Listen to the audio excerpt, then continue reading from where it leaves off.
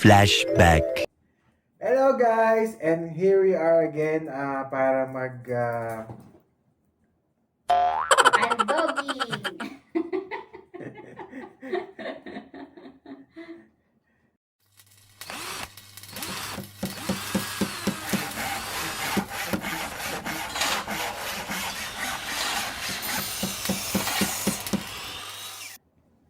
Hello guys, here we go again. I am Jay from Built to Last and we are here to unbox some of the items na na-receive natin. And here we are going to unbox some of the items that we receive from anonymous sender. Yeah, From a sponsor. from a sponsor that who wouldn't be named. So thank you so much po sa pagpadala nyo ng items for us to review. Next to review. Ayan, ibang level na to, magre-review. Hindi, actually, hindi naman siya to review but to unbox, just to unbox the product and we will know ano yung content ng box na yon. So hindi naman tayo magre-review kasi hindi naman tayo professional user of it. We just think that this deserves something to be looked at because this is some of the essential products that can be seen in the construction or in your household. Yan, to whenever you want to do your DIYs, especially. So yung especially yung mga dads dyan na mahilig sa DIYs.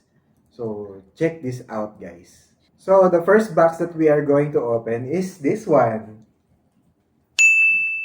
Yan. And the second one is this one.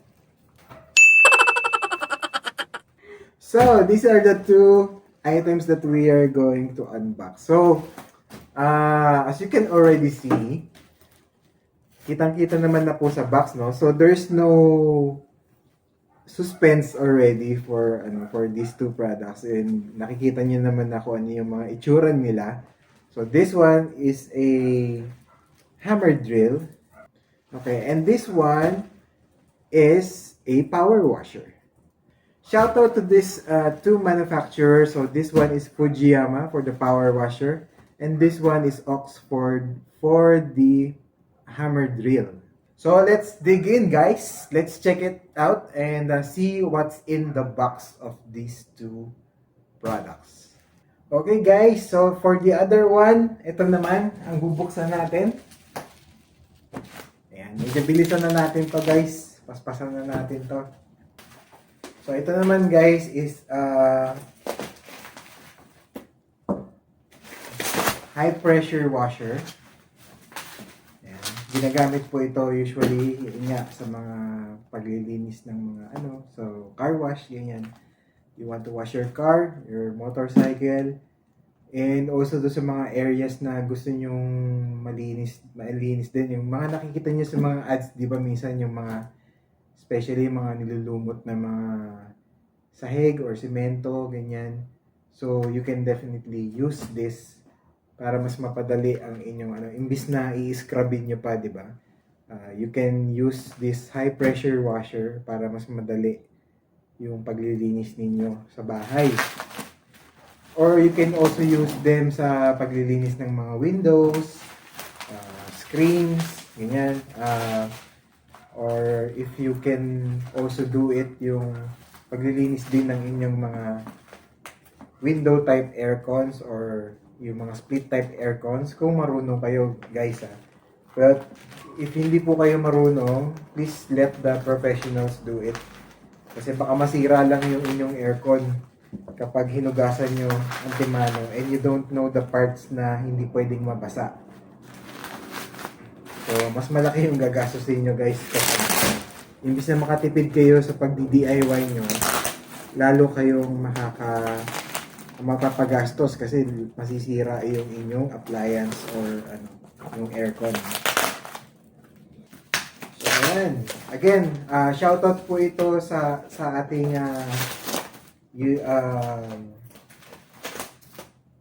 sponsor na ayaw niyang magpapangalan or ayaw niyang magpabanggit. Maraming salamat po sa inyong pinadalang product and definitely magagamit po namin ito. Ayan. And of course, shoutout din sa manufacturer na FUJIHAMA. Ayan. FUJIHAMA pala. Hindi FUJIYAMA. FUJIHAMA. Product specification guys, papakita ko na lang po sa screen. Ano rin naman to, no? Very standard, of course, it's usable here in the Philippines. Yung kanyang voltage rating, yung frequency, yung sinabi lang dito is yung mga pressure, so medyo out of our league na yun, no? But motor power niya is 1,400 watts. So yun yung kanyang capacity. Ayan. So we have here our manual again. Ayan. Ayan. First item. Ang dami pala ng laman nito, no? So we have our spray bottle. We have our nozzle. At iba-ibang klaseng mga filtering system and couplings. Ayan. Yung mga connectors. It's in the bag. Open natin to. So, 5 items. This one probably is a filter. So, parang meron siyang screen. Meron siyang screen, no? Then, meron tayong clear na parang connector. Maybe ito yung kinakabit sa inyong hose. Also, ito rin yung mga iba pang connectors niya, no? So, ito yung the usual na kinakabit sa mga hose din, sa pang garden hose natin. Meron tayong dalawang hose connector. We have our pistol. Ito yung ating handheld na pistol yung ginagamit natin pang handle. So meron siyang isang hose na I think this one is the para maano niya yung pressurized water. Yan, medyo makapal yung kanyang hose. But maliit yung yung kanyang diameter. And we have the ordinary hose.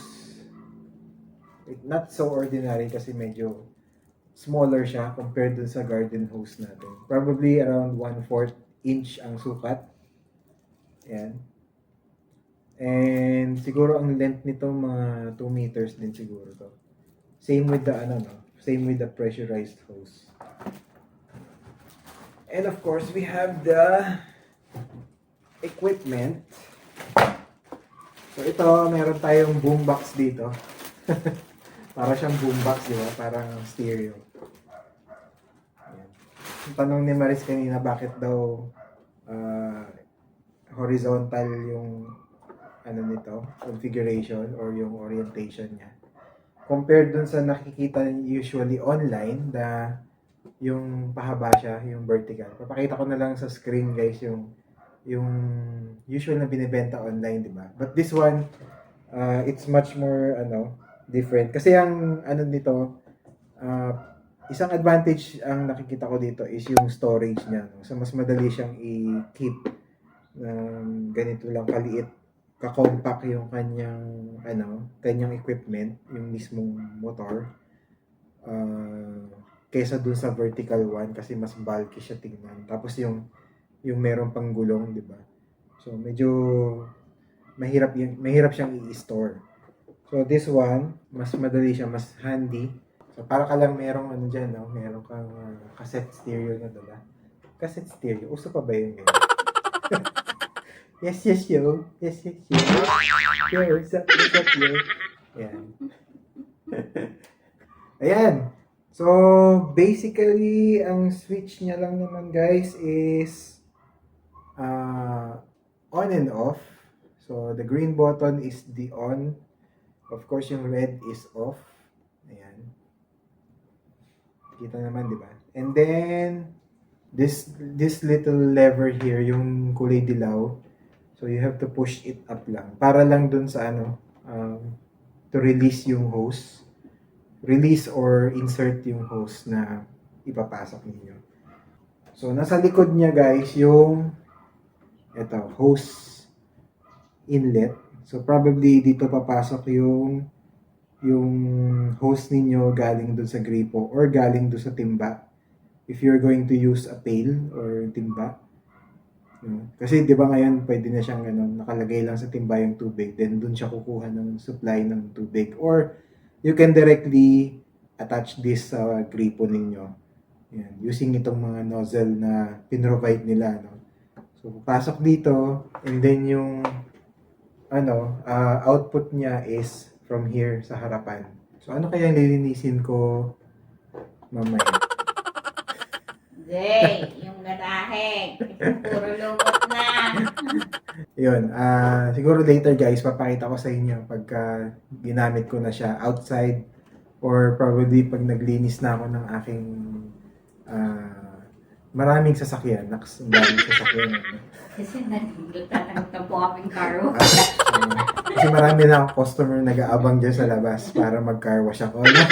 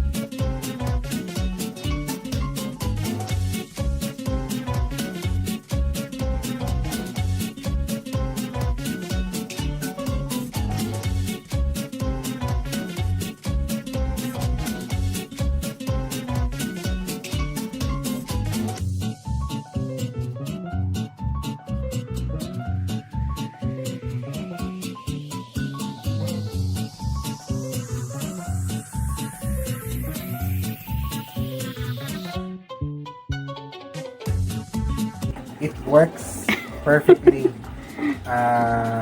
for what it is intended, no? So yung nakita niyo naman yung mga lumot tanggal agad without brushing it, no? So just the high pressured water. Ayan. Kitang-kita niyo naman.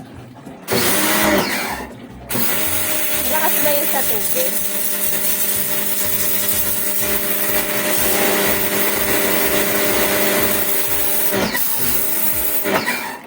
The good news, guys, is hindi siya ganun kalakas sa tubig, no? Kasi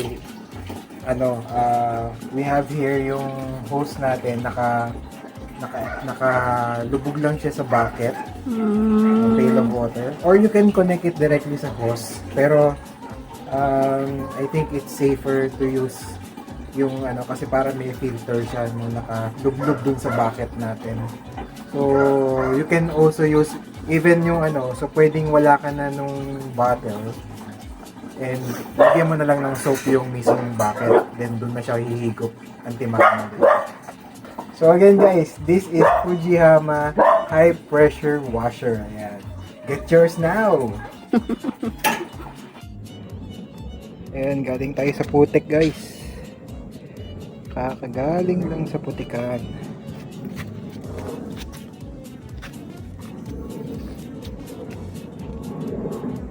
Putik.